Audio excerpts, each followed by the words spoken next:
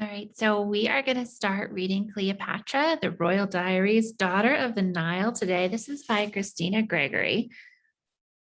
It's an amazing book. It'll teach you a lot about Cleopatra. It is historical fiction. Obviously, we don't know a ton about Cleopatra's childhood. So this is a reimagining of what that childhood may have been like. So I'm going to get started. There are a lot of like Egyptian history here with overtones of Greek, Macedonian, and Roman, because the Roman Republic was gaining a lot of traction at this time. And so our calendar here is in Latin. So it starts off, it's written as a diary because Royal Diaries, right? And it starts off the 3rd of Januarius, which is the Latin word for January, in the morning. I, Cleopatra, Princess of the Nile, write this in my own hand. Many rooms in the palace are mine, but this small one at the northeast corner is my favorite. It overlooks the sea. Waves beat wildly against the shore. For another storm is upon us, our 5th this winter. The clouds are dark. Even wrapped in my chiton, I feel cold. It's most urgent that I record the troubling events of this week. Father has gone into hiding, having fled for his life. Though it is the 23rd year of his reign, he is in danger of losing his throne. He is, of course, King Eleutis, Ptolemy Eleutis, honored pharaoh of Egypt. 3 nights ago, while father slept, a deadly puff adder was found curled at the foot of his bed, ready to strike. Father's old eunuch, Mento, who sleeps on the floor next to him, was awakened by a hiss. He threw himself on the snake and tried to strangle it, but was bitten on the wrist. He died in torment a few minutes later. Father watched the snake slide off the bed and across the marble floor. As I write this, it hasn't been caught. An accident? Perhaps, thought father, until today.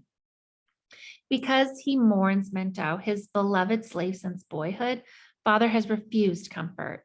When wine was brought to him this morning with hopes it would make his heart merry, the royal cupbearer seemed nervous, for as he held out the tray, his goblet rattled. Why are you shaking? Father demanded. When the man didn't answer, father angrily motioned for the cupbearer to take the first sip, quickly, which he did. I was standing behind a column watching. When the goblet and the silver tray fell to the floor, the crash echoed through the wide hall. I covered my mouth to silence my scream, but the guards still came running. The cupbearer lay in a puddle of wine, writhing in agony meant for my father. Moments later, he was dead. The poison was probably from the Edo plant. It's swift and as deadly as a snake's. To continue, where father's hidden and with whom I do not know. His suite of rooms has been taken over by my eldest sister, Tryphena, who has long admired the sweeping view of the sea from his balcony. Father's servants do not argue with her because she is as snappish and cold-eyed as a crocodile. I do not trust Tryphena. She wants to be queen, and she's mocked our father for being a poor leader, though how she became an expert on leadership, I cannot guess. When I visited her late this afternoon, she was soaking in a heated pool that's in the center of father's atrium. Her maids were about her, pouring in fragrant oils and washing her back. Others were airing out the silk bed covers and pillows in her room.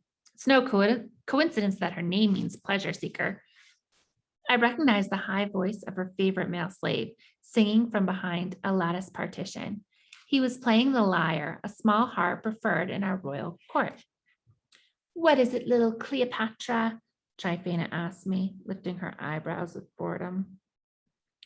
Where's father? I asked. When's he coming back? To show her I wasn't leaving until she answered, I removed my sandals. A maid took them and handed me a linen towel. I folded it and placed it on one of the benches so I could sit without feeling cold marble against my legs. At this, my sister raised herself out of the pool. You dare sit in my presence, she said. 2 guards who were standing on the balcony took one step toward me, touching the swords that were strapped to their waists. I'm careful what I say to this sister. She's 10 years older than I, and because I'm just 12, she rules over me by that fact alone. I lowered my eyes to show respect. When you are queen, Tryphena, I'll kneel before you. She sunk back into the pool up to her shoulders, then raised her hands, snapping her fingers. A Nubian girl wearing a brown tunic appeared with a tray.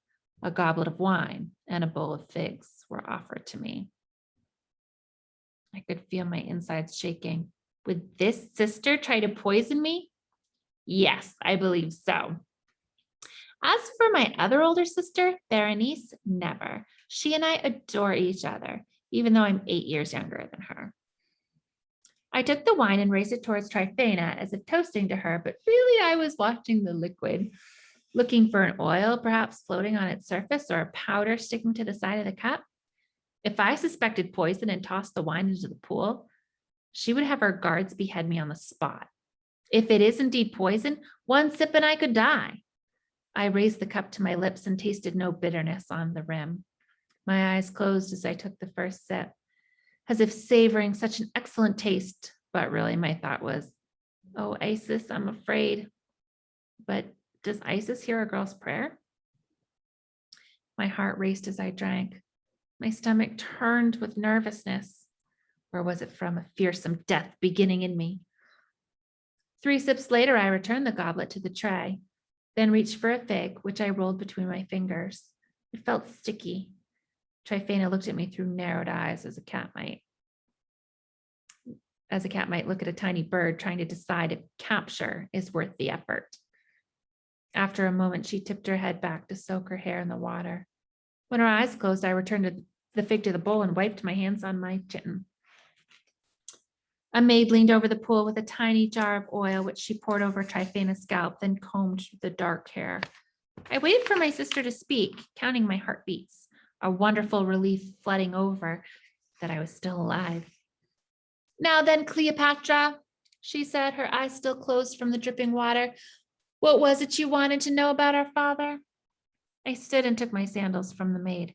May our father be blessed that you occupy his rooms, I said. That evening, now it's twilight. The wind is quieted and I can see that the waves have too. The ocean is becoming a darker blue as night nears. Oh, where is father? I hope he can see the lighthouse on Pharos Island. I know its bright light is meant for sailors approaching our harbor, but I think it's also meant for kings who sleep in a lonely place. I'm ready to put away this paper and cheer myself with a bath. First, I must check the underground fire room to make sure the slaves haven't fallen asleep again. This is something that enrages Tryphena. She demands that they keep the coals going at all times, fanning hot air through pipes under the floor so she can soak at any hour, day or night. Thinking of Tryphena makes me tired. I hope she's elsewhere in the palace tonight, perhaps reclining on a couch in the banquet hall. Oh, Isis, let the wine put her to sleep quickly. Arrow, my sweet old leopard, has jumped onto my bed, purring loudly. The leopard in the picture on the cover. Her front paws are as big as my hands, and she's now licking those paws to wash her long, silvery whiskers. Moments ago, she finished eating a thick chunk of roasted lamb given to her by the royal cook. Good cat, I tell her, stroking her huge spotted head, as I have every night since she was a kitten. Once I fall asleep, Arrow will leave my chamber to roam the dark gardens. Since she's just been fed, she will not bother our little cats who are hunting mice and beetles. But woe to intruders. A leopard hides in the shadows of our palace walls. And now the 7th of January. This morning, early, I slipped out to the tomb of King Alexander the Great, the founder of our city, Alexandria. It's near enough to the palace so that I was back before my sisters were awake. The building is marble with open sides and steps leading down to the tomb, candles on every ledge. Because guards are here day and night, it's safe for me to come by myself. I knelt at the side of his coffin. A glass dome covers it, but the glass is an older type and it's pitted with sand in places and rippled, as if one were looking through dark water. When Alexander died of a fever in Babylon, His body was brought back to Egypt and embalmed in the same manner as our pharaohs. The embalmers painted his cheeks and lips red. His hair is a golden yellow with an orange tint above his forehead. If this is paint, I do not know. Though he's a mummy, he still appears to be about 30 years old. Alexander lies on his back, his hands folded across his chest, wearing an embroidered Persian vest buttoned at the waist. A skirt made of thin leather strips comes down to his knees. Draped over his shoulder is a beautiful scarlet cloak, the wool still untouched by moths. I wish I could see what type of sandals he's wearing, but a shield of hammered gold covers his feet. Did I mention that Alexander the Great has been dead for over 300 years? Father says that there are ancient Hebrew prophecies about a king, a Messiah, who will bring peace and forgiveness. This king will have lived in Egypt for a time. When he dies, his body will not decay. He will rise from the dead, and all other kings will bow down to him. All nations will serve him, and the government will be on his shoulders. Some people in the city believe that because Alexander already conquered so much of the world, and he was in Egypt for a time, that he might be the Messiah, thus the many guards that protect his tomb. I keep coming back to look at Alexander to see if he shows sign of life. Not yet. If the glass breaks, would he just start to rot? The next afternoon, caravans arrived today from Gilead and Arabia. Their camels were loaded with treasures that'll be traded for our grain. The merchants have pitched their striped tents outside the city walls near the canal that bring the Nile water to Lake Mariotis. I watch from my roof garden, glad the stench of camels cannot reach me, though I always enjoy hearing the bells and bangles that hang from their saddles. When I saw some of our slaves carrying chests towards the palace, I was too excited to wait on the roof. I ran down the steps to wait in the courtyard. Berenice and Tryphena were already there, of course. As princesses, we are the first in Alexandria to run our fingers through the sacks of spices, pinching small amounts to flick in the air like perfume. The courtyard was soon filled with the sweet aromas of cinnamon, myrrh, cassia, and frankincense. My sisters and I also are the first to unwrap the parcels of silk. This fabric is so delicate that we can see through it, and when we throw a piece in the air, it floats down slowly. When we were younger, we used to run back and forth through the halls and around the columns, in and out, the silk flying from our outstretched hands like lovely colored flags. But now that Tryphena is so much older, she just sits on a stool while bowing servants bring everything to her. Today, she unfolded the silks as if they were dirty bed linens and then tossed them aside, bored. Next, she pushed a chest with her foot until it tipped over. Out spilled an elegant array of bracelets and sashes, Persian slippers, mirrors, and ivory hair ornaments. Berenice and I glanced at each other. These things were much too beautiful to be thrown on the floor. Then Tryphena reached into a wooden crate and dug through the straw to uncover hundreds of tiny alabaster jars. She uncorked one. Instantly, there was a wonderful scent of almond oil. Oh, how I love to rub it in my skin after a bath. She sniffed it, frowned, and opened other jars. There was coconut oil, fine perfumes, and the balm of Gilead itself, a most prized item.